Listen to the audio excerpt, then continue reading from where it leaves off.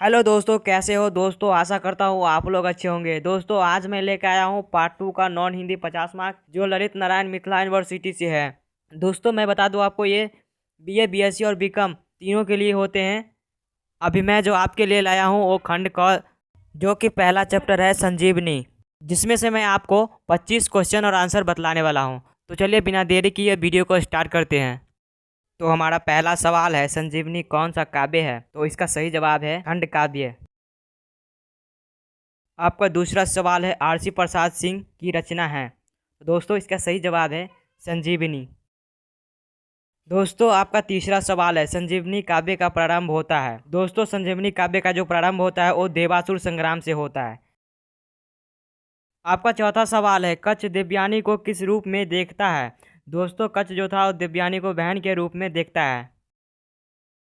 आपका पांचवा सवाल है, दानव सेना किस पर आक्रमण करती है? दोस्तों दानव सेना जो था वो अमरावती पर आक्रमण करती है। आपका छठा सवाल है, संजीवनी काव्य का नायक कौन है? दोस्तों संजीवनी काव्य का नायक कच्छ है। इसका सही जवाब कच्छ होगा। आपका सातवां सवाल है, शुक्राचार्य को कितनी बार संजीवनी का आवाहन करना पड़ा? दोस्तों शुक्राचार्य को 3 बार संजीवनी का आवाहन करना पड़ा। आपका आठवां सवाल है, कच्छ कितने वर्षों तक शुक्राचार्य के आश्रम में रहा? दोस्तों कच्छ जो था वो सहस्र वर्ष शुक्राचार्य के आश्रम में रहा। आपका नौवां सवाल है, शुक्राचार्य कौन थे? दोस्तों शुक्राचार्य दानवों को गुरु थे। आपका 10वां सवाल है, आरसी जी ने किसे कवि और काव्य कहा है? तो दोस्तों आरसी जी ने शुक्राचार्य को कवि और काव्य कहा है। आपका 11वां सवाल है, संजीवनी की कथा कितने सर्गों में है? दोस्तों संजीवनी की जो कथा है वो 9 सर्गों में है। आपका 12वां सवाल है, संजीवनी काव्य के रचयिता कौन है? दोस्तों संजीवनी काव्य का जो रचयिता है वो आरसी प्रसाद सिंह है।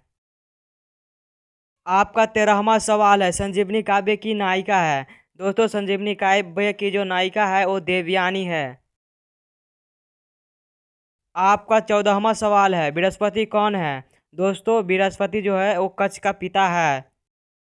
आपका 15वां सवाल है, संजीवनी का प्रकाशन कहाँ से हुआ है?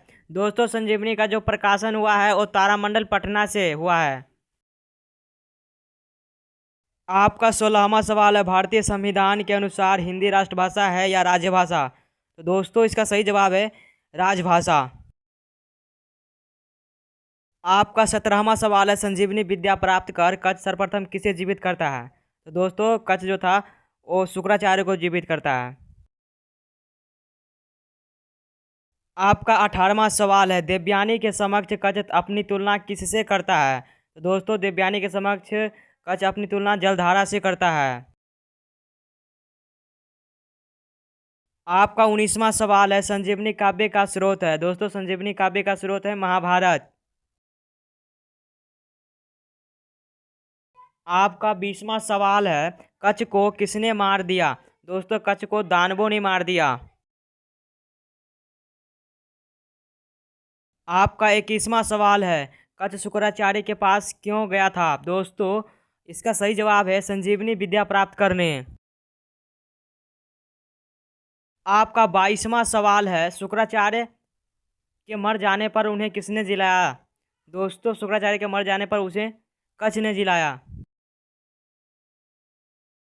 आपका 23वां सवाल है, संजीवनी विद्या का प्रयोग किसके हित में करते थे? दोस्तों संजीवनी विद्या का प्रयोग जो है दानवों के लिए करते थे।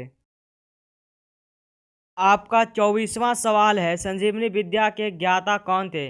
दोस्तों संजीवनी विद्या का जो ज्ञाता था वो शुक्राचार्य था। आपका 25वां सवाल है, कच्छ ने देवयानी को शाप दिया? तो दोस्तों कच्छ ने देवयानी को शाप दिया था क्षत्रिय की पत्नी बनने की।